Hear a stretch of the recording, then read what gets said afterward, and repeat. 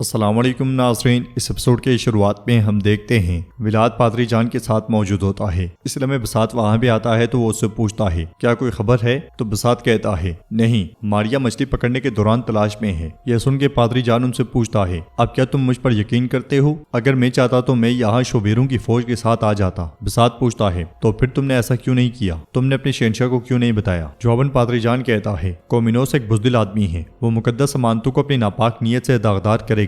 ولاد پوچھتا ہے کیا یہ پوپ حضرت کے ساتھ غداری نہیں ہے؟ پادری جان کہتا ہے بدقسمتی سے نہیں، وہ بھی پوپ کے ساتھ اپنے قوانین کے مطابق کھیل رہے ہیں، تاہم میرا مقصد صرف یہ ہے کہ مقدس امانتوں کو داغدار نہ کیا جائے جیسے تمہارا مقصد ہے ولاد۔ میں صرف انہیں ایک بار دیکھنا چاہتا ہوں، تم ہی واحد شخص ہو جو مجھے سب سے بہتر سمجھ سکتے ہو۔ ولاد کہتا ہے صفحہ دیکھے بغیر میں کچھ بھی یقین نہیں کروں گا۔ یہ سنتے ساتھ ہی پادری جان اس کے سامنے ٹکڑا کر دیتا ہے۔ ولاد ٹکڑا لیتا ہے تو پادری جان پوچھتا ہے کیا اب تم مجھ پر یقین کرتے ہو؟ ولاد وہ ٹکڑا لے کر آگے بڑھتا ہے اور مشل کے ذریعے اس پہ موجود نشانات دیکھتا ہے۔ پادری جان سے پوچھتا ہے کیا تم آرامی زبان کی تحریر دیکھ رہے ہو؟ یہ ہمارے حضرت عیسیٰ مسیح کی زبان ہے۔ ولاد وہ ہمیں بلا رہا ہے۔ ولاد اپنے پاس موجود ٹکڑا بھی نکال لیتا ہے اور پادری جان سے کہتا ہے صفحہ خالی نہیں ہے، لیکن اب تمہاری ضرورت نہیں رہی کیونکہ تم خالی ہو۔ یہ سنتے ساتھ ہی پادری جان بہت ڈر جاتا ہے۔ وہ کبھی آگے بساط کی کبھی وہ سامنے ولاد کو دیکھتا ہے اور کبھی پیچھے کھڑے بساط کو۔ ادھر ہم دیکھتے ہیں کہ ابراہیم اپنی فوج کے ساتھ بے شہر کے باہر جا پہنچتا ہے۔ وہ اپنے سپاہیوں کی ٹھیک ٹھاک تعداد کے ساتھ وہاں کھڑا ہوتا ہے اور ایاز سے کہتا ہے ایاز کماندار تولگا کے پاس جاؤ، اگر وہ قلعہ حوالے کر دے تو میں اس کی جان بخش دوں گا، اگر وہ مزاحمت کریں تو خون خرابے کے ذمہ دار وہ خود ہوں گے۔ ایاز کہتا ہے انشاءاللہ وہ مزاحمت کا انتخاب کریں گے تاکہ میں خود انہیں ختم کر سکوں۔ یہ کہتے ساتھ ہی ایاز آگے بڑھ جاتا ہے۔ آگے بڑھتے بڑھتے وہ بے شہر میں داخل ہوتا ہے۔ ادھر اسحاق ایک نقشے کی جانب اشارہ کرتے ہوئے سلطان سے کہتا ہے سلطان جیسے کہ آپ نے حکم دیا تھا ساروہان کے سپاہیوں نے بورسا کے محاذ کا رخ کیا ہے۔ سلطان پوچھتے ہیں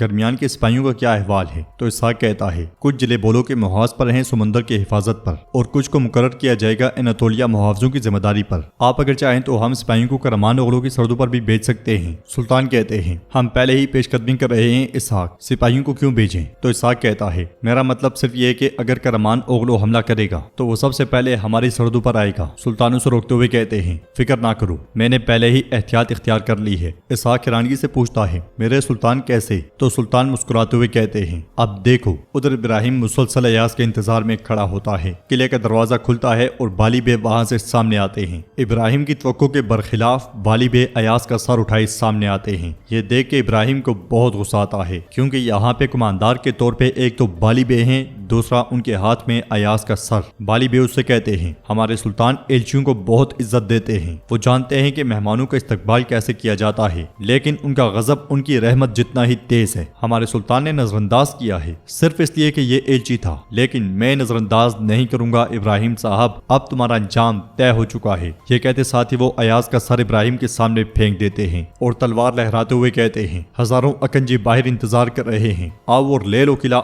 اگر تم میں ہمت ہے تو۔ ناظرین اس کے بعد ہم دیکھتے ہیں کہ اسلام بول میں قاسم صاحب کی بیٹی گلپری باہر کے ساتھ بیٹھی ہوتی ہے۔ باہر اس سے کہتی ہے تمہارا کمرہ تیار کیا جا رہا ہے، جب تیار ہو جائے تو تم آرام کر سکتی ہو، اور اس کے علاوہ بایزید بھی جلد آ جائے گا، وہ تمہیں تمہارا کمرہ دکھا سکتا ہے۔ گلپری کہتی ہے جیسے آپ کو مناسب لگے۔ باہر کہتی ہے اب رسمی باتوں کی ضرورت نہیں، میں اب تمہاری والدہ کی طرح ہوں اور تم میری بیٹی ہو، فکر نہ کرو، صرف اس لیے کہ تم اپنے والدین سے دور ہو۔ یہ محل اب تمہارا نیا گھر ہوگا، اگر تمہیں کوئی مسئلہ یا کوئی پریشانی ہو تو میرے پاس آنا میری بیٹی، ویسے بھی بایزید تمہیں کبھی اکیلا نہیں چھوڑے گا۔ وہ آواز سنتے ساتھ ہی کھڑی ہو جاتی ہیں کہ بایزید آ گیا ہے، مگر ریحان آغا کمرے میں داخل ہوتا ہے۔ باہر اس کے پاس آتی ہے تو ریحان آغا کہتا ہے ہمارے شہزادے نے کہا ہے کہ انہیں کوئی ضروری کام ہے اس لیے وہ نہیں آئیں گے۔ یہ سنتے ساتھ ہی گلپری اور باہر بہت پریشان ہو جاتی ہیں۔ باہر پوچھتی ہے ریحان کیا مطلب وہ نہیں آئے گا؟ تو ریحان آغا کہتا ہے مجھ تک آنے والی معلومات یہی ہے سلطانہ، میں مزید نہیں جانتا۔ باہر پوچھتی ہے اب وہ کہاں ہے؟ مگر ریحان آغا کوئی جواب نہیں دیتا۔ دوسری طرف دیوان میں تمام پاشاؤں کی موجودگی میں زگنوس پاشا کہتے ہیں آپ کے حکم کے مطابق ہم آپ کے مستقبل کی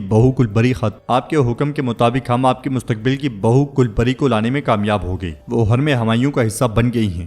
सुल्तान खुश होते हुए कहते हैं, खूब, तुमने मुझे मायूस नहीं किया, मुझे शर्मिंदा नहीं किया। करामान ओगलों की दुश्मनी से हमारे ताल्लुकात को नुकसान पहुंचा, लेकिन असफंदियार ओगलों के साथ रिश्तेदारी से हमें तकफीयत मिलेगी। जगनोस पाशा कहते हैं, मेरे सुल्तान, इसके बावजूद असफंदियार ओगलों कासिम सरदार रिश्तेदारी की जिम्मेदारियां निभाने से गुरेजा हैं। सुल्तान पूछते हैं, क्या हुआ? जगनोस पाशा कहते हैं, वो जंग में गैर जानिबदार रहना चाहते हैं, या साफ कहूं तो मैं उन्हें कायल नहीं कर सका। खिजर चुलेबी कहते हैं, क्या उसका गैर जानिबदार होना सिर्फ अभी के लिए है, या करामान ओगलों के खिलाफ हमारी जंग से मखसूस है, या वो हमेशा गैर जानिबदार रहेगा? बहादुर पाशा कहते हैं, हमें पोर्ट्स की मुहिम के लिए उसकी मदद दरकार होगी। अगर उसकी गैर जानिबदारी दायमी होती है तो काबिल तशवीश है। सुल्तान कहते हैं, कासिम सरदार एक बूढ़ा भेड़िया है, चूंकि मौसम धुंधला है, वो ये देखना चाहता है कि शिकार और शिकारी कौन है। फिर भी जो लोग हमारे मुश्किल वक्त में गैर जानिबदार रहते हैं, वो वक्त आने पे हर तरफ से बरतरफ हो जाएंगे। जगनोस लाला, अब आप तवील सफर और मुश्किल जिम्मेदारी निभा कर आए हैं, अब जाएं और आराम करें। मगर जगनोस पाशा कहते हैं, मेरे सुल्तान, में बल्कैसर में जाकर आराम करना चाहता हूँ, मेरी जिम्मेदारी खत्म हो गई है, अब मुझे रवाना होना है। यह सुनकर शहाबुद्दीन पाशा बहुत खुश दिखाई देता है और सुल्तान मुसलसल जगनोस पाशा को देखते ही चले जाते हैं। दूसरी तरफ बायजीद बहुत परेशान बैठा होता है कि इसलिए मैं बाहर उसके पास आती है और उसके पास बैठते हुए कहती है, तुम क्यों नहीं आए बायजीद? क्या तुम मेरी नफरमानी कर रहे हो? जवाब में बायजीद कहता है, माँ, मेरा जख्म अभी भी ताजा है और दर्द कर रहा है, मैं इसलिए नहीं आ पाया। बाहर कहती है, मुझसे झूठ मत बोलो बायजीद, बस ये कहो कि तुम आना ही नहीं चाहते थे, कहो कि तुमने मेरी नफरमानी की, लेकिन मुझसे झूठ मत बोलो। बायजीद कहता है, कभी आपने मेरे दिल का हाल पूछा? बाहर कहती है, गुलपरी अपने माँ बाप और वतन को पीछे छोड़कर यहाँ तुम्हारे लिए आई है, अगर तुम ऐसा करते हो तो उस लड़की का क्या बनेगा? बायजीद कहता है, और मैं छलनी हुआ हूँ माँ, मैंने गुलपरी के लिए अपना खून बहाया है, फिर क्या हुआ? यहाँ तक कि सुल्तान भी इस बात को नजरअंदाज कर रहे हैं और अपने साथ मुहिम के लिए मुस्तफा को ले जा रहे हैं, उन्होंने मुझे यहीं छोड़ दिया। बाहर उससे कहती है, मेरे शेर ऐसा नहीं है, तुम्हें जख्म है इसलिए। जवाब में बायजीद कहता है, जख्म बहाना है माँ, मैं अब नजरों से गिर चुका हूँ, तो इसलिए मुझे मजबूर ना करें। यह सुन के बाहर परेशान हो जाती है। दीवान में सुल्तान आगे बढ़ते हुए जगनोस पाशा के पास आते हैं, फिर उनसे पूछते हैं, क्या रियासत की खिदमत के लिए कोई मुद्दत है? जगनोस पाशा कहते हैं, जिंदगी खत्म हो जाती है, लेकिन रियासत की खिदमत कभी खत्म नहीं होती मेरे सुल्तान, शायद हमने अपने हिस्से का काम कर लिया है। सुल्तान कहते हैं, क्या अजीम जगनोस पाशा को जंग से इज्तनाब ज़ेब देता है? क्या वो घोड़े की पीठ पर रुई के गद्दे को तरजीह दे रहा है? क्या बेलचा पकड़ना तलवार पकड़ने से ज्यादा बेहतर है जगनोस? जगनोस पाशा कहते हैं, जिस दिन से मैं एक मजबूत घोड़े पर सवार हुआ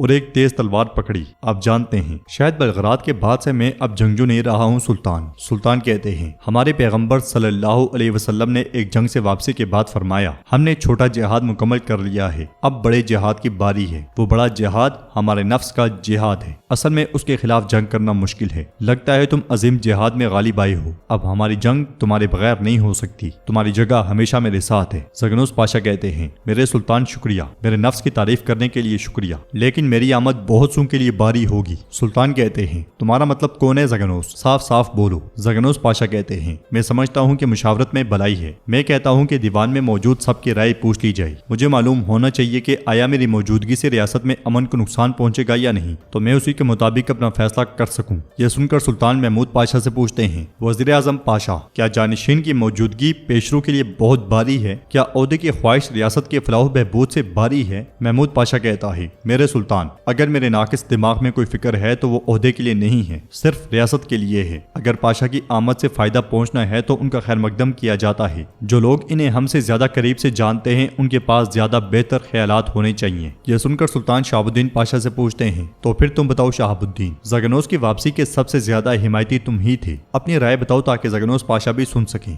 जगनोस पाशा मुस्कुरा रहे होते हैं जबकि शहाबुद्दीन पाशा बहुत परेशान दिखाई देता है।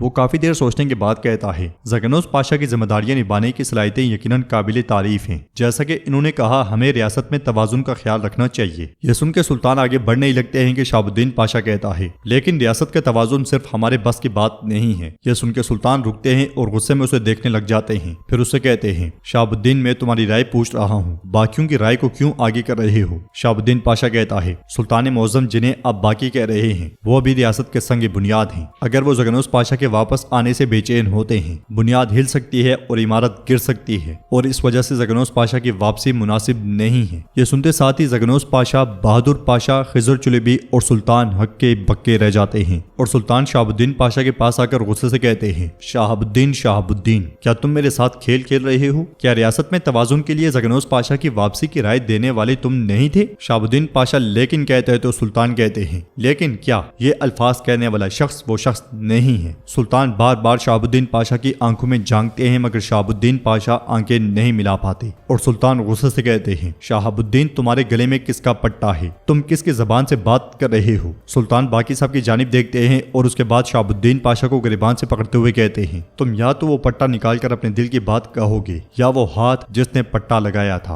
और पट्टा पहनने वाला सर गिरा दिया जाएगा। सुल्तान बार बार यही अल्फाज दोहराते हैं, गिरा दिया जाएगा, गिरा दिया जाएगा। ये सुन के महमूद पाशा भी बहुत परेशान दिखाई देता है। तो नाज़रीन, इसके साथ ये एपिसोड भी इख्तिताम पजीर होती है। कैसी लगी आपको ये एपिसोड? आप अपनी राय का इजहार कमेंट बॉक्स में कर सकते हैं। वीडियो पसंद आए तो लाइक कर दें, शेयर कर दें, सब्सक्राइब नहीं किया हुआ तो सब्सक्राइब करने के साथ साथ घंटी वाले आइकन को दबाना मत भूलें।